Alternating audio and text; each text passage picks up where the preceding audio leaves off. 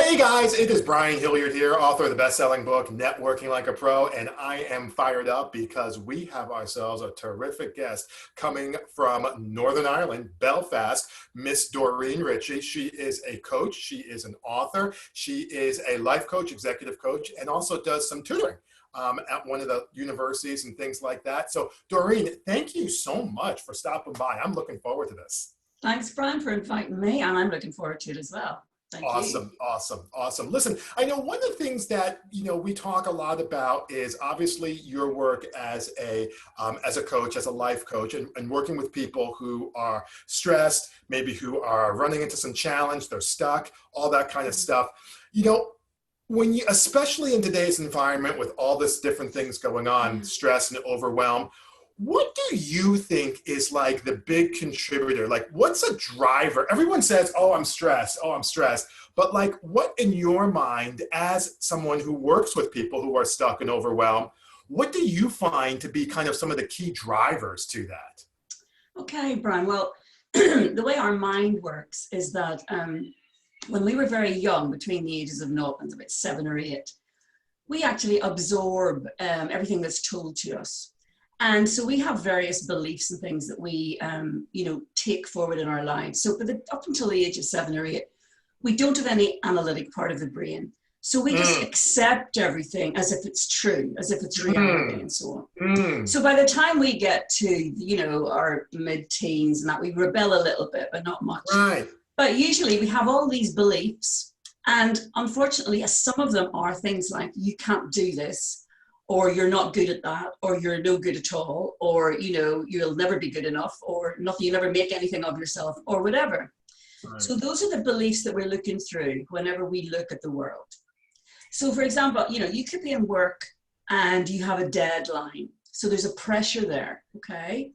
But most people then, or a lot of people, turn that into stress. You can have pressure, but not be stressed. Right. And a lot of people then, they're looking at the deadline and they're going, oh my Lord, what will happen if I don't meet this deadline? Will my boss shout at me? Will I lose a client? So on and so forth. And they begin to have all this fearful thinking. And the fearful thinking is what makes you feel stressed. Interesting. So you're afraid of, say for example, you had to give a seminar to your work colleagues, and you're not very confident about yourself and so on, and you get up to do it, and you're afraid somebody might laugh at you. You're afraid somebody's going to ask you a question you can't answer. You're afraid you're not going to come across as an authority. All those fears make you feel, it's the thoughts in your head that make you feel the stress response. Now, the stress response is really, really good. Lovely. It's fantastic. It's a brilliant evolutionary thing because it saves your life. It gets you out of trouble. You run faster, fight or flight or freeze. The stress response evolved to keep you safe. But what we do as thinking human beings, we're not, animals in the field anymore, just having a run and then calming down. We then continue to think after the actual stressor is gone, we continue to say, oh my goodness, but what if that happens again? Or what else is going to happen? Or my goodness, what's going to be the consequence of that? And so on and so forth. And you go into this circular thinking, bit of worry, bit of fear, bit of pressure, and lots and lots of imagination. So therefore, you end up stimulating your own stress response over and over again. And that's when people get burnout, because all the chemicals from stress response are coursing through your body constantly, like adrenaline and cortisol and so on. And that causes high blood pressure, and eventually it will cause hardened arteries and so on, right? That's what we do. Go ahead, sorry. Let me stop you there for a second, because this is great. I just want to unpack. I'm taking notes. I want to unpack some of that, and we'll continue. Let me just start with your first point, which was before the age of 7, everything is viewed to be true. Yes, it's just absorbed. You just, because of course you don't have your analytic part of your brain hasn't developed yet. So from the ages 0 to 7, everything that your parents tell you, everything that is the norm in your family, everything that is the norm in your culture, right? Everything that somebody tells you that you respect, for example, maybe teachers or maybe your siblings or whatever, that becomes truth. to you. Right. And So then you can have a hang up from then, I that was you're just still, about to say, yeah, what's happening is, I mean, that's a breakthrough for me just talking with you right off the right, bat, because cool. what that implies is if everything that everyone said for the first, I don't know what 365 is times Yeah, 7, yeah, but it's close to 5,000, I think, yeah, days of your life. yeah, If you're saying that that's the case and you're taking that in, well, then there's no question. It's almost hard to imagine how anybody doesn't come out as yeah, feeling insecure or less than or yes. anything like that. Unless, of course, you have one parent who's really, really constructive and helpful, and another parent who isn't. Unless you're sort of, and that balances out. Or unless you go from maybe a family who was destructive, but you go to a good school where there's brilliant teachers and they become Right. your role models, right? Things Okay. like that happen to even out. Right? Okay. But I'll give Oh, you an example of two people yeah. who, for example, people going to attend a seminar and everybody's in having coffee in the main room. And these two people open the doors and go into the room and everybody laughs. Now, the first person they think, oh, good Lord, what's wrong? Have I got dirt on my face? What's wrong? Is my shirt open? This is terrible. These people are laughing at me. And, everybody's had this experience at some time, haven't they? These people are laughing at me. Oh, my goodness. And they go away into a corner and have a coffee and they don't speak to anybody because they're so embarrassed and so on. Same thing happens to the other person. He walks in or she walks in, big laugh. But this person goes, wow, this is some crack. All these people are really cool. I must go and find out what the joke is. Now, Right. if it was circumstances out there that caused you to feel anything, then they would both feel the same. But it's not. It's to do with how you've been brought up, what you've learned as you were being brought up, the meanings that you put on circumstances and things. So the first person, they put a meaning onto people laughing at them as being intimidating, as being a threat, right? The other person, people laughing and so on, is fun. It's join in time. They like people. So those two people were obviously brought up with lots and lots of different norms and so on when they were being brought up. And also things through their lives have maybe reinforced that belief. So then if we were to take that to a business perspective, a lot of people are talking about, they have a challenge when it comes to the money conversation or even just getting the word out in general, right? So we've got people who are listening, coaches, consultants, maybe some other folks, but mostly coaches and consultants. And what they're thinking is, I don't want to be, I want to be out there, right? Because they know they have a good message. Yes. And they know that they have something that people will like, but they're having challenge in terms of actually affecting it. Yes. And what I'm hearing you say, partly, is that part of getting out of your own way and moving forward in this regard is recognizing a couple of things. Number one, that the feelings that you have are actually may or may not be even yours. Like they have been the thoughts, just correct that a wee bit. The thoughts that you have may not be yours. In fact, I would say 90% of the thoughts you have are not yours. They're other people's opinions. But the feelings are caused by those thoughts, right? Right. Okay, yeah. good distinction. Good distinction. So the thoughts that you have, fine, great distinction. So the thoughts that you have that's causing the feelings yes. that are not necessarily yours. To your point, 90% are not, fine. Yes, exactly. And then number two is that if you're really looking to get yourself out there to that next level, well, let me pose it in the form of a question to you, actually. Yeah. If you're looking, so let's say that you're coming from a place of not feeling good enough. You're coming from a place of feeling, whatever, self-conscious. And you're a coach or a consultant who is looking to get their word out there a little bit more. But it's almost like this governor is in the background. Yeah, that's exactly what it's like. Yeah. Right? Yeah. What is it that you would say to people to help with the idea that that whatever, with that 90% point that you just made, what would you say people need to be thinking about to kind of get out of their own way? Well, first of all, they need to come into the present moment because you need to become absolutely aware that is why you're feeling that. Okay. So the feelings that you have actually got information there if you want to listen to it. They're telling you that you're thinking at that moment in time, because it's always only at that moment, you only live in the moment. Right. Your thoughts at that moment are a bit skewed. You know, you might be looking at the world through I'm not good enough glasses, or poor me glasses, or I'm a victim glasses, or I'm very angry at the world glasses, whatever. And that, of course, you know, colors your perception of the world. Now, you're not aware you're doing it. And what I'm saying is you need to become aware of how you're thinking in the moment. Because the story you're telling yourself, these things outside you, the situation you're in, the circumstances and so on, don't make you feel anything. It's what the story is that you're telling yourself about these things that make you feel something. So the meanings you're putting on them. So in the case of the person who was laughed at, the first person who was laughed at, the meaning they're putting on that laughter is, this is about me, I've done something wrong, I'm not good enough, I don't deserve to be here. The other person is, whoa, this is fun, I love people laughing and enjoying themselves. That's the meaning that they're putting on it. Do you know what I mean?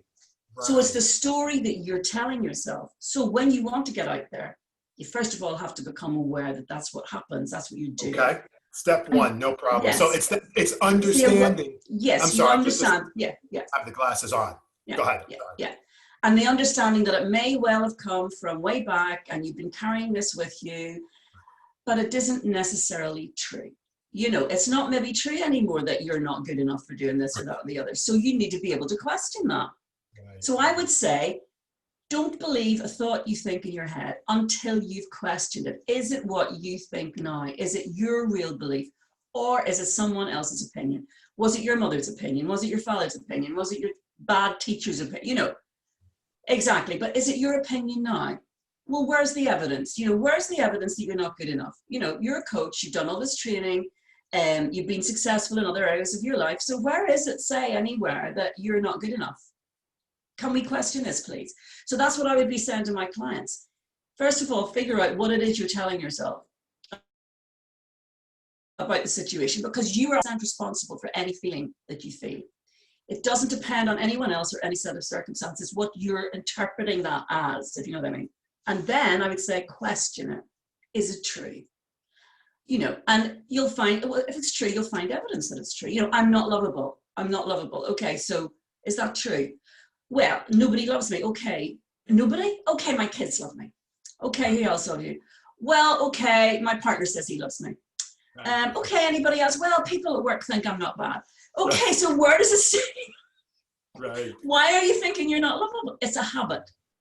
We are creatures of habitual thinking. And unfortunately, 90% of we're on autopilot 90% of the time.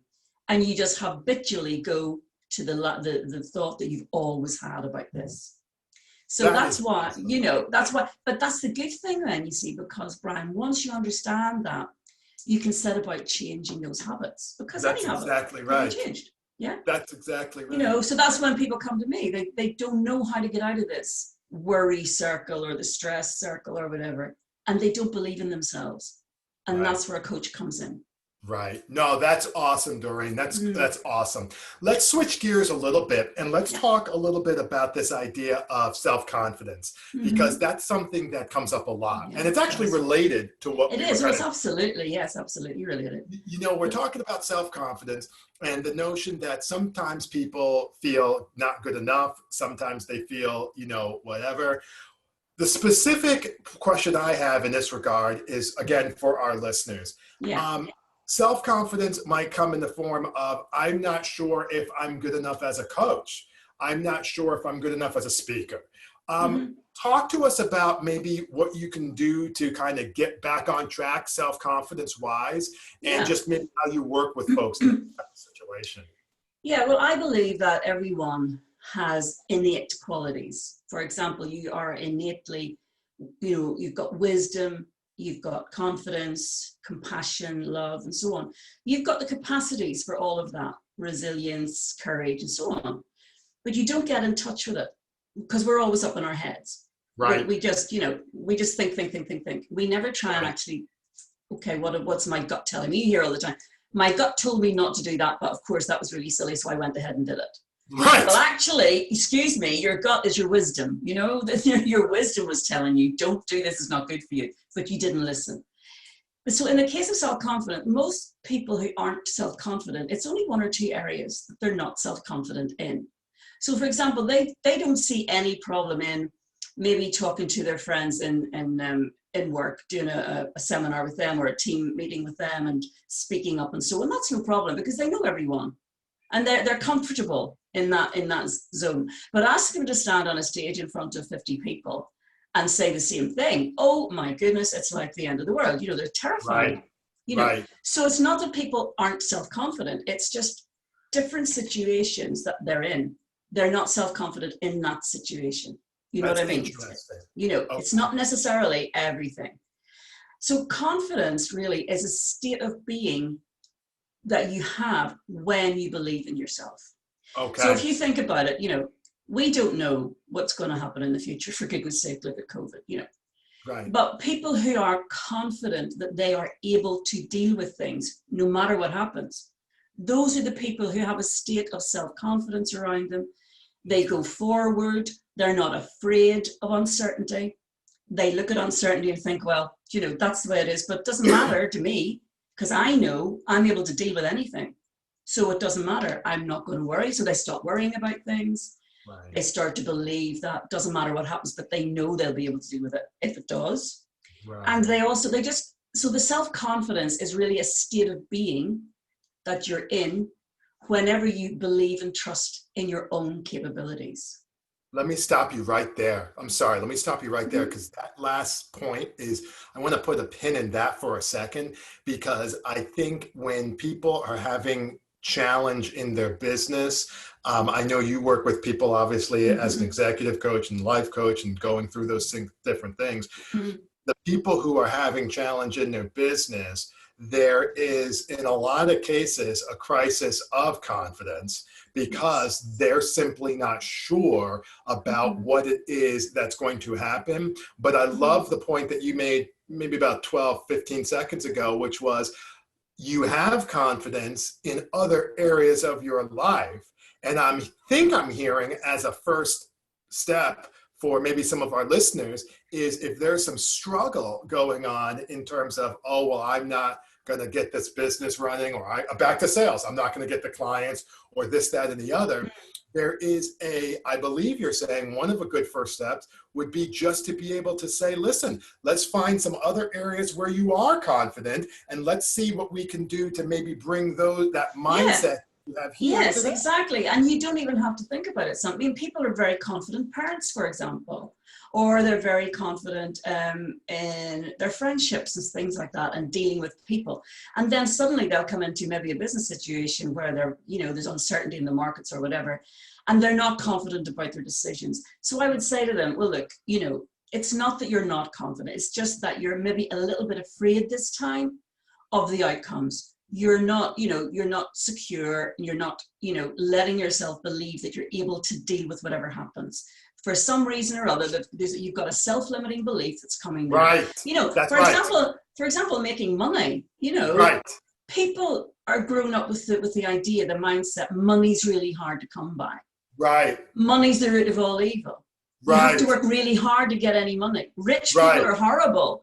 Now not so much in America, Brian, I must say, because the wealth mindset is more prevalent in America. Oh yeah, we'll take all your money. Exactly. You see, but over in UK, it's like you have money. It's faintly like not done to have money.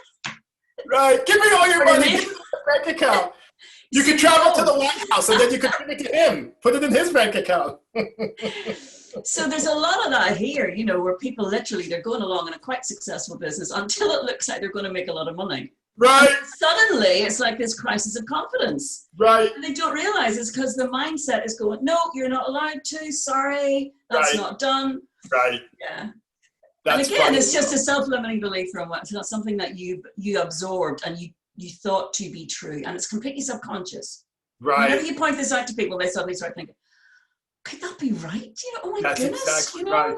Yeah. That's Exactly right. Yeah, it's so Tell us funny. a little bit of how you work with folks. Obviously, we've covered some good stuff here, and I want to Mm, ask one more question before we yeah, go. But tell us a little bit about how you work with folks and what it is that you do, so people listening might be like, "Boy, you know what? This yeah. woman seems like she's making a lot of sense." Yeah, cool. Because I now have a Chicago office, actually, virtual office. But anyway, yes. Well, what I do, I do one-to-one, and of course now it's on Zoom. I also do workshops and things, but to the person.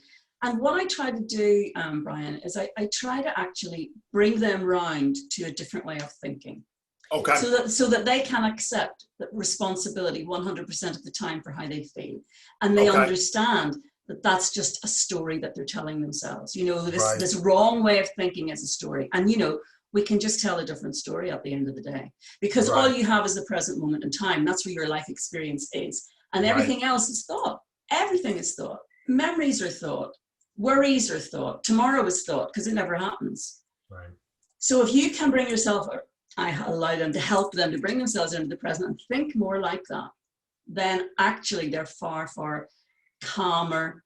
They have more control, there's more clarity around their thinking. And when you feel like that, you make better decisions. You take different actions. Your life becomes different. So that's what I do, because people want to change their lives when they come to me because they've got lost, or they're maybe at a crossroads, maybe just divorced, whatever, changing career, joining a different company, whatever. And they're maybe just at this crossroads and they can't see a way out. So whenever you're thinking differently, when you're clear about things, when you believe in yourself, obviously you take better decisions. Obviously it's easier for you to go forward and move on in your life and change whatever you want. So that's what I do. That's where I come in. Okay, well, cool. And I think, having known you, and we've talked and stuff Yeah. before, if people are coming from a place of, if they're feeling some anxiety, Yes, if they're feeling absolutely. some Yeah. sleeplessness, I would Yeah. assume, if they're Yes. feeling some worry, and I'm going to Yeah. talk about that in the next segment, Yeah. but they're feeling some worry, they're Mm-hmm. feeling some restlessness, they're feeling Yeah. stuck. Stuck. These Yeah, absolutely. symptoms, right, of Yeah. what people would be at if they're working with you. And give us some contact information, and then I'll get to the next part here. Where can they? Okay, so my website, of course, is DoreenRitchieCoaching.com. Okay. I'm on LinkedIn at Doreen Ritchie. I'm on Facebook 2 or 3 times in different groups. On Instagram at Life Coach Belfast. Any of those, certainly go ahead, and Okay. get in contact with me. I'd love to speak to you. Okay. I could love to Okay. help. Cool. Yeah. Cool, cool, cool. Well, I want to actually finish up on a point that you made earlier in the beginning a little bit. You were talking about this cycle, this kind of worry cycle, the concern, Yeah. the worry, and how that kind of leads to people. I think for where people are at right now with the outbreak, they are dealing with a ton of stress. Yeah. They are dealing with challenge and things like that. Give us maybe a quick 1 or 2 hitter Yeah. for people who are maybe stressing right now. And we all are in certain ways, but I think Yes. different people Oh, are some handling people are, yeah, some it people are really differently. bad. Yeah. Yeah. Um, Yeah. Well, Give us something. I would say, first of all, settle yourself in a chair, calm yourself down, as in sit still, take a few deep breaths, Okay. really, just take a few deep breaths. And I want you to just sort of come into the present moment. You're here, your body is here, this is where you are. Now, Okay. whatever you're imagining might happen is just a thought. It's only your imagination. And your Right. imagination can be imagining things that are bad, or it can be imagining things that are good. So why not Right. try and think of different perspectives? Think, okay, I'm not going to imagine that I'm going to lose the house.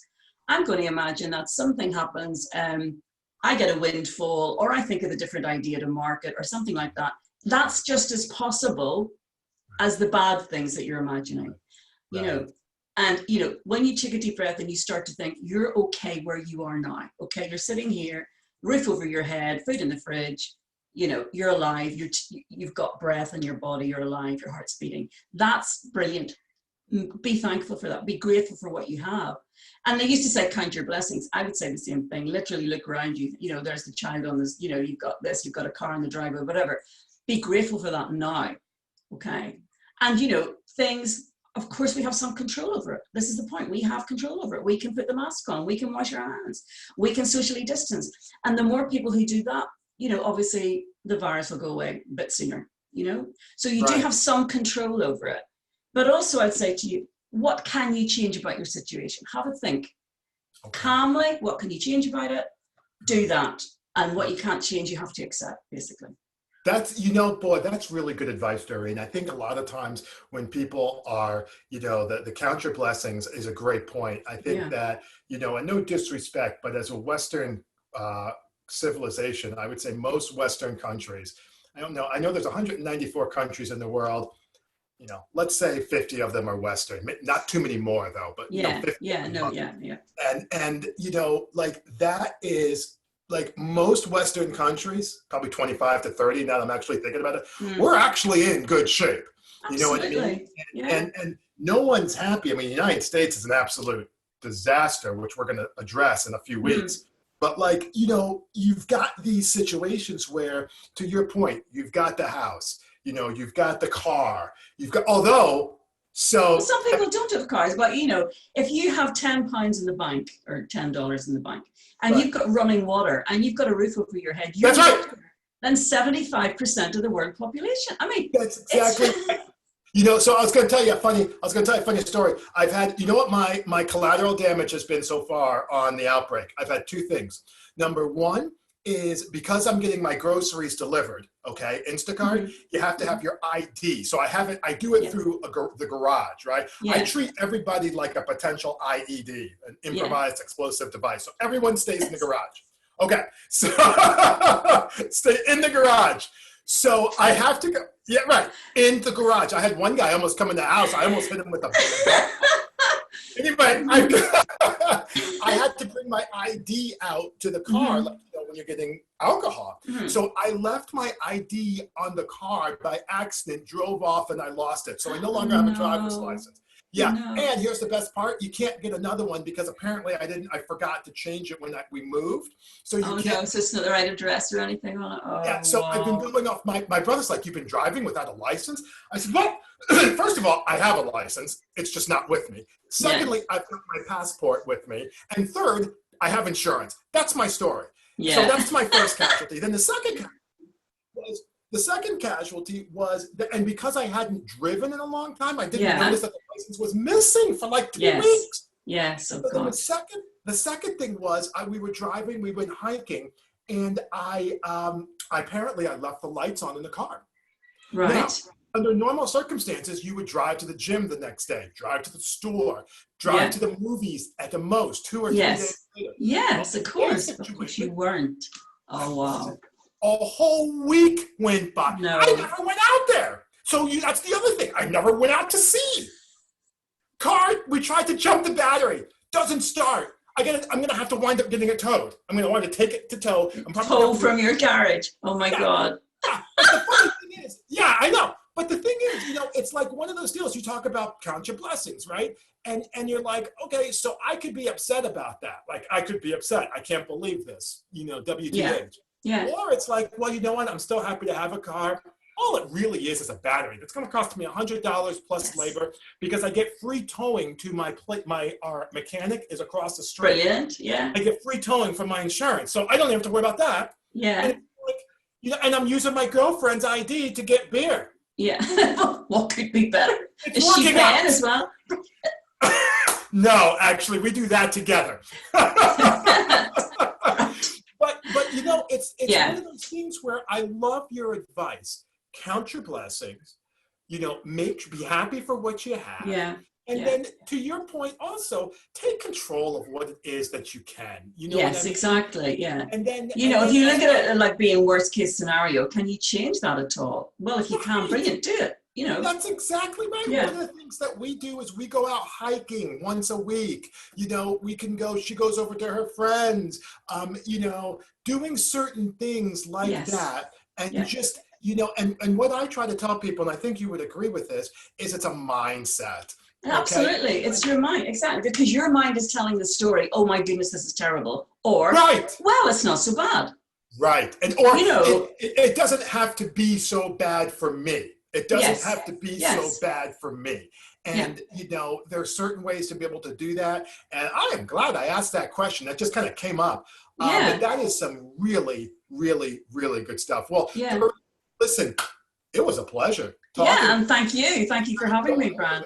Always a pleasure talking to you.